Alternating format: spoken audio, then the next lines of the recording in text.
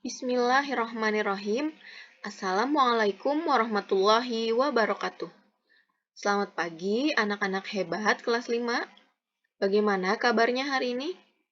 Semoga sehat selalu ya, dan tetap semangat dalam belajar. Alhamdulillah kita bertemu kembali pada pembelajaran tematik tema 5, ekosistem, subtema 1, komponen ekosistem, muatan pelajaran ilmu pengetahuan sosial. Sebelum memulai pembelajaran, mari kita membaca basmalah. Bismillahirrahmanirrahim. Materi yang akan kita pelajari adalah tentang KD 3.1, yaitu mengidentifikasi karakteristik geografis Indonesia sebagai negara kepulauan atau maritim dan agraris, serta pengaruhnya terhadap kehidupan ekonomi, sosial, budaya, komunikasi, serta transportasi. Letak geografis Indonesia. Letak geografis adalah letak suatu negara atau wilayah berdasarkan kenyataan di permukaan bumi. Bagaimana ya letak geografis Indonesia? Adakah yang tahu? Oke. Letak geografis Indonesia adalah Indonesia diapit oleh dua benua, yaitu benua Asia dan Australia, serta Indonesia juga dikelilingi oleh dua samudra, yaitu Samudra Pasifik dan Samudra Hindia.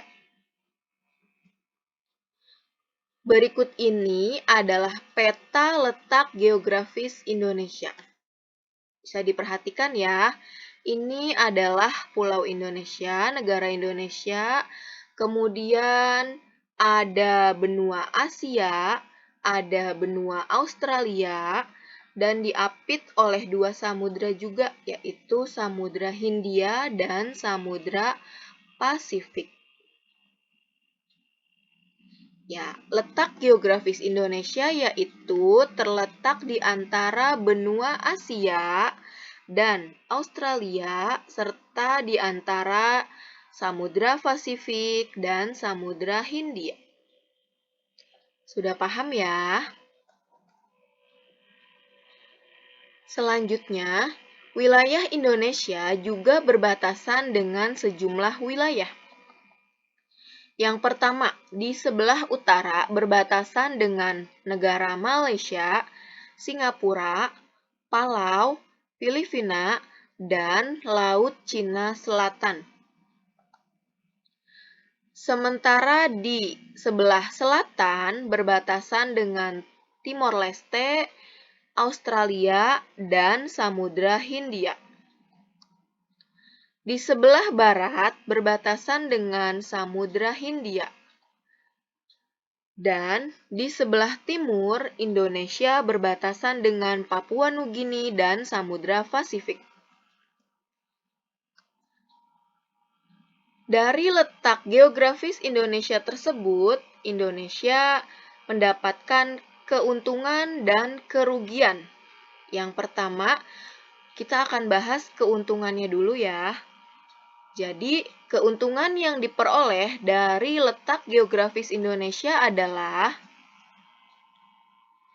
yang pertama, Indonesia menjadi lalu lintas perdagangan dunia, yaitu dari negara-negara Asia Timur menuju negara-negara di Eropa, Afrika, Timur Tengah, dan India.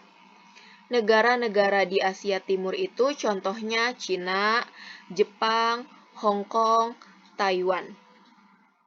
Adapun keuntungan yang kedua yaitu dapat menjalin interaksi sosial dengan bangsa lain. Hal ini merupakan jalan masuknya berbagai agama ke Indonesia, seperti Islam, Katolik, Protestan, Hindu, Buddha, dan Konghucu. Jadi, itulah keuntungan yang diperoleh dari letak geografis Indonesia yang strategis. Selanjutnya ada kerugian yang diperoleh dari letak geografis Indonesia. Yang pertama, budaya dari negara lain yang masuk ke Indonesia belum tentu sesuai dengan budaya Indonesia. Jadi, budaya-budaya yang masuk, baik itu dari Eropa, atau dari Timur Tengah, atau dari Afrika, itu belum tentu sesuai dengan budaya Indonesia. Budaya Indonesia itu ramah, kemudian mentaati tata krama, dan sebagainya. Kemudian yang kedua, mudah masuknya barang-barang terlarang dan barang-barang selundupan, seperti narkoba atau barang-barang yang tidak memiliki izin. Itulah kerugian yang diperoleh dari letak geografis Indonesia. Selanjutnya mengenal komponen-komponen peta. Berikut ini adalah gambaran dari komponen-komponen peta. Ada sebuah peta yang terdiri dari beberapa komponen, di antaranya ada judul peta.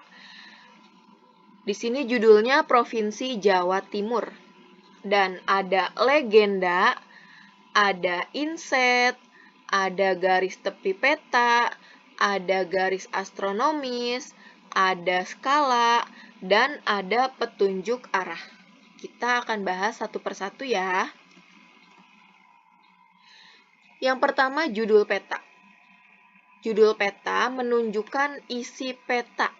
Ditulis pada bagian atas peta dan ditulis dengan huruf kapital. Yang kedua, skala. Skala peta, yaitu angka perbandingan antara jarak pada peta dan jarak sebenarnya di permukaan bumi. Yang ketiga, simbol peta. Simbol adalah lambang gambar atau warna yang digunakan untuk memberi tanda objek yang terdapat pada suatu wilayah. Terdiri atas simbol titik, garis, dan area atau luasan. Simbol menunjukkan objek seperti jalan, sungai, gunung, ibu kota, dan lain-lain. Kemudian ada legenda. Legenda adalah keterangan dari simbol-simbol. Misalnya ada simbol segitiga. Jadi, simbol segitiga itu artinya gunung. Itu namanya legenda.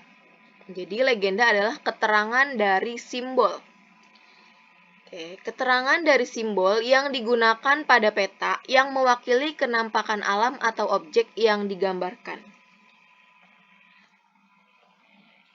Yang kelima ada inset, yaitu berbentuk peta kecil yang disisipkan untuk memperjelas salah satu bagian dari peta. Jadi setiap peta pasti di atasnya itu ada bagian peta kecil. Yang keenam, garis astronomis, yaitu garis hayal di permukaan bumi yang terdiri dari garis lintang atau mendatar dan garis bujur atau tegak. Garis astronomis berguna untuk mengetahui posisi suatu objek pada peta utama. Yang ketujuh ada garis tepi. Garis tepi adalah garis yang digunakan untuk membatasi ruang peta, biasanya berbentuk segi empat. Yang kedelapan, arah mata angin. Digunakan untuk menentukan arah mata angin, yaitu utara, timur laut, timur, tenggara, selatan, barat daya, barat, dan barat laut. Selanjutnya, kenampakan alam pada peta. Kenampakan alam yang terdapat pada peta antara lain samudra, laut, sungai, danau, rawa, gunung, dataran rendah, dan dataran tinggi. Bentuk kenampakan alam pada peta digambarkan dalam bentuk simbol atau warna.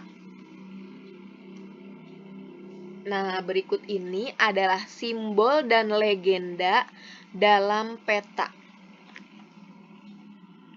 Yang ini disebut simbol dan keterangan di sampingnya disebut legenda.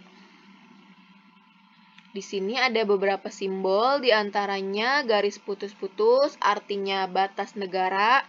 Kemudian ada yang seperti ini, artinya batas provinsi, dan ada gambar pesawat, artinya bandar udara atau bandara.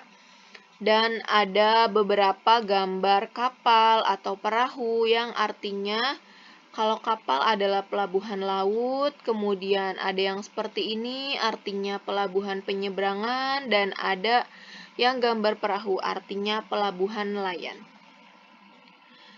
Kemudian ada juga yang kotak. Ini artinya ibu kota provinsi, kemudian ada yang seperti ini artinya danau atau waduk. Kemudian ada simbol segitiga, biasanya berwarna merah. Kalau berwarna merah artinya gunung berapi atau gunung aktif. Dan ada segitiga yang berwarna hitam, artinya gunung tidak berapi atau gunung tidak aktif. Oke, Ibu ulang ya. Jadi yang ini simbol-simbol dan tulisan di sampingnya disebut legenda, yaitu keterangan dari simbol. Selanjutnya, kenampakan alam akan berpengaruh terhadap mata pencaharian warganya. Misalnya, penduduk di daerah dataran tinggi biasanya bermata pencaharian sebagai petani sayuran. Adapun penduduk yang berada dekat dengan laut bermata pencaharian sebagai nelayan atau berwirausaha di bidang pariwisata. Baik, demikianlah materi yang dapat Ibu sampaikan. Semoga bisa dipahami dengan baik. Terima kasih telah menyimak video ini dengan baik. Semoga bisa dipahami ya. Wassalamualaikum warahmatullahi wabarakatuh.